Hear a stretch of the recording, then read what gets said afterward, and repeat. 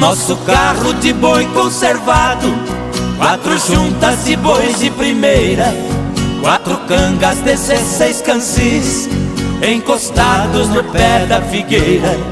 Todo sábado eu ia na vila fazer compra pra semana inteira. O papai ia gritando com os bois, eu na frente abrindo as porteiras.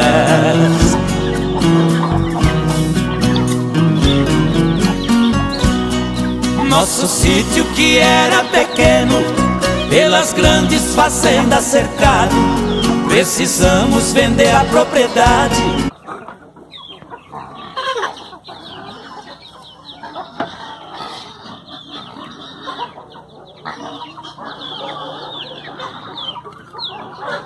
Tá indo.